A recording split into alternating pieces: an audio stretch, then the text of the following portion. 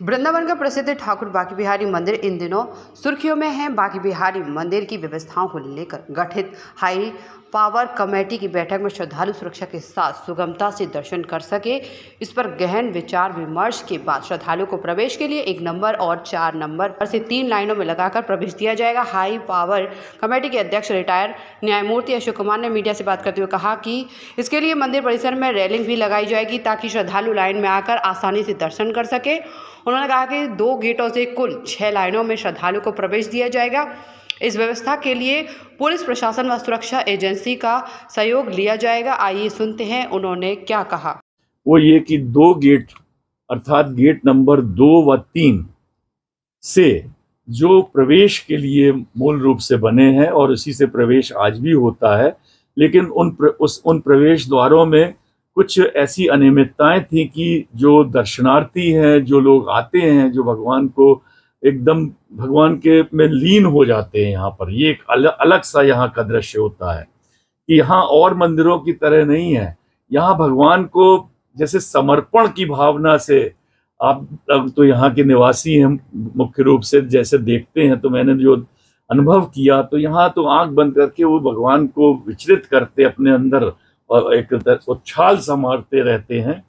तो वो दृश्य जरा एक ऐसा होता कि उनको व्यवस्था करना उनके लिए एक आवश्यक था। तो इसमें भी हम लोगों ने स्थलीय निरीक्षण किया।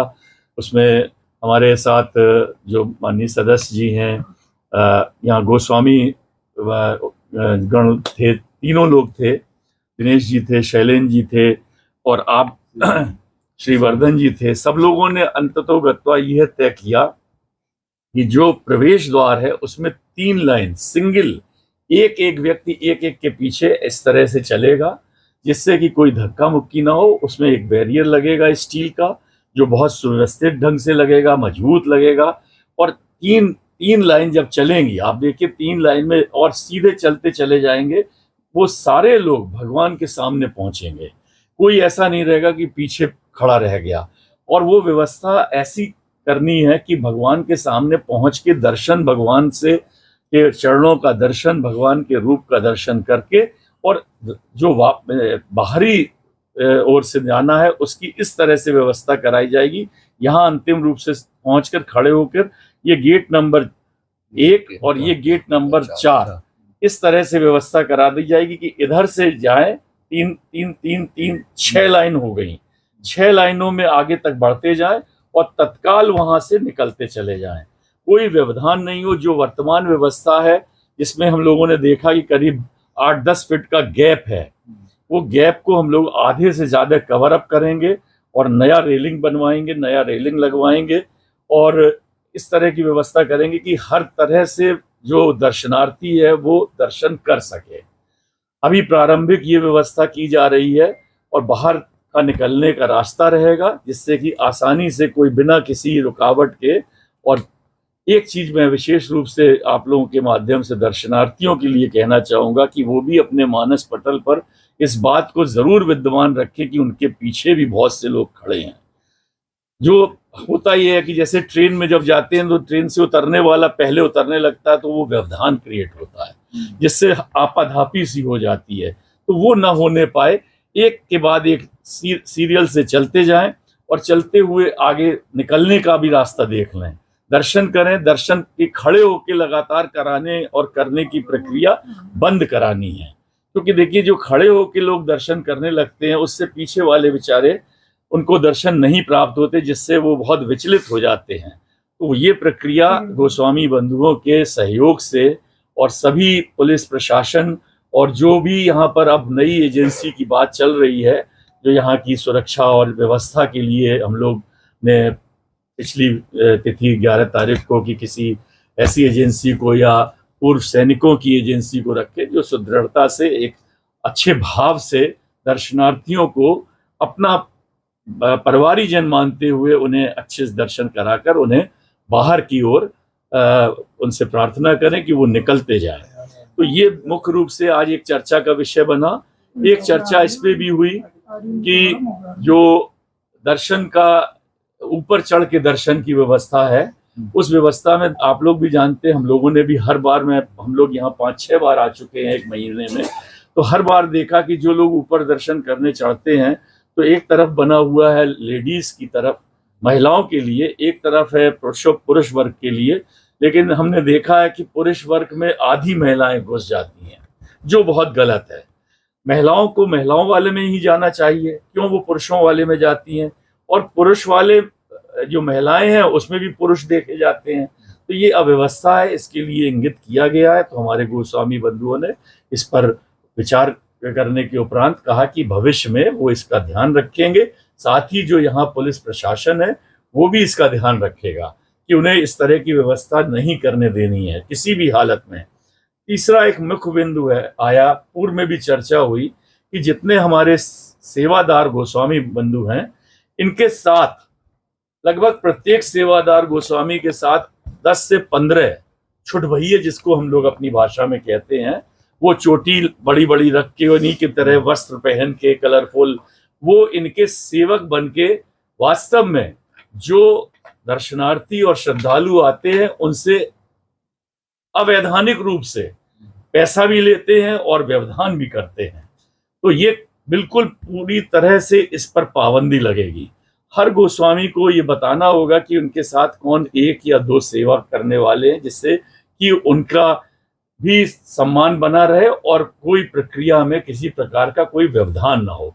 तो ये मैं चाहूँगा कि जो इस समय हमारे इस समिति के सदस्य विद्वान गोस्वामीगण हैं, इस पर अपने समाज में पूरी तरह से इस चिंतन को रखेंगे और इसका क्रियान्वयन हर दशा में यथासंभव 2-3 दिन के अंदर सुनिश्चित कर लेंगे। सर, खजाने को लेकर क्या है सर? देखिए, खजाने खोलने के बारे में पहले ही सब आदेश हुआ है, विस्तार से चर्चा हुई है। कुछ अभी हम लोगों ने भी देखा, हम लोगों को पता नहीं था कि कुछ खजाना जो है वो अखबारों के, आप लोगों के माध्यम से पता चला कि बैंक में है। तो वो बैंक में क्या है, क्या उसका प्रोसीजर है, ये आगे की कार्रवाइयां हैं, जिसके बारे में जब तक हम लोग खुद मुतमईन नहीं हो जाएं, हम लोग उनकी जानकारी नहीं कर लें, उस पर अभी विचार या अपना कोई विचार प्रकट करना मैं समझता हूँ उचित नहीं है। आगे देखेंगे। लास्ट मीटिंग में जो के बराबर रूम खोलने की बात, हाँ, वो रूम का जो है वो हम लोगों ने चर्चा करी और गोस्वामी बंधुओं ने जो हम लोग को अवगत कराया कि वो पिछले 45-50 वर्षों से लगातार बंद है। आपने भी देखा, वो जो रूम है उसमें 2 पुराने से ताले लगे हुए हैं और नीचे से बड़े बड़े चूहे उसमें से आवागमन करते रहते हैं। क्या है उसके अंदर, क्या नहीं है, ये अभी तक इस कमेटी को नहीं मालूम है। गोस्वामी बंधुओं का कहना है कि उन्हें भी इस बारे में नहीं मालूम है। तो अब वास्तव में वो कब तक बंद रहेगा, प्रश्न ये है। तो उसको खोलना आवश्यक है, जिससे कि ये पता चल सके कि ठाकुर बिहारी जी का यदि कोई ऐसा मूल्यवान वस्तुएं उसमें हैं तो उनको सुरक्षित और संरक्षित किया जाए, उनका आगे का प्रक्रिया की जाए। इस हेतु जो यहाँ पर जो भी काम हम लोग कर रहे हैं वो सेवा के लिए भगवान की कर रहे हैं, ये आप लोग पहले अपने मन में बसा लीजिए। सेवा और दर्शनार्थियों की सुरक्षा के अलावा कोई और काम अभी वर्तमान स्थिति में नहीं है। आगे की प्रबंधन की क्या कार्रवाई होगी वो धीरे धीरे शहने आपको ही पता चलेगा। और आप लोगों का भी सहयोग चाहिए कि कुछ अगर आप लोग के पास ऐसी चीजें, टिप्स हो, कोई चीज मालूम पड़ती हो, क्योंकि आप लोग पूरे ब्रह्मांड में घूमते हैं, तो आप लोगों से भी कुछ अगर मिलेगा तो उसका भी हम लोग संज्ञान लेके आगे की कार्रवाई करेंगे। सर, आम श्रद्धालुओं के लिए निकासी और प्रवेश की व्यवस्था कर दी गई। गोस्वामी समाज VIP या स्थानीय लोग हैं, उसके लिए भी कुछ आप लोगों ने बताया? नहीं, VIP के लिए आप लोगों ने गलत प्रचार कर दिया कुछ लोगों ने कि साहब VIP एंट्री बैन, ऐसा नहीं है। वास्तव में जो VIP पर्ची चल रही थी अनऑथराइज्ड, उसके लिए कहीं कोई लिखा पढ़ी में कुछ नहीं था। कुछ ऐसा लगता है कि पूर्व के प्रबंधन और मिलजुल के ये जो होता है क्रियाकलाप, इसमें ऐसा हुआ कि ये VIP पर्ची चलने लगी। अब VIP पर्ची भी सुना, जो हम लोगों ने, कमेटी ने सुना कि साहब 1000 से 1200 पर्ची रोज बट रही हैं।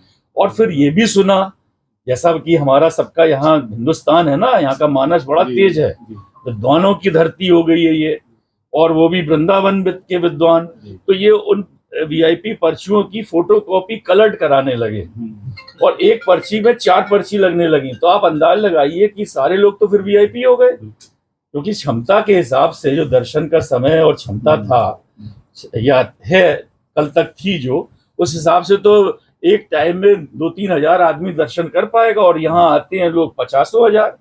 तो इसलिए ये वीआईपी पर्ची का प्रचलन कल से बंद हो गया है और अनवरत बंद रहेगा। जहां तक वीआईपी प्रोटोकॉल का सवाल है, वो हमेशा रहा है और वो रहेगा।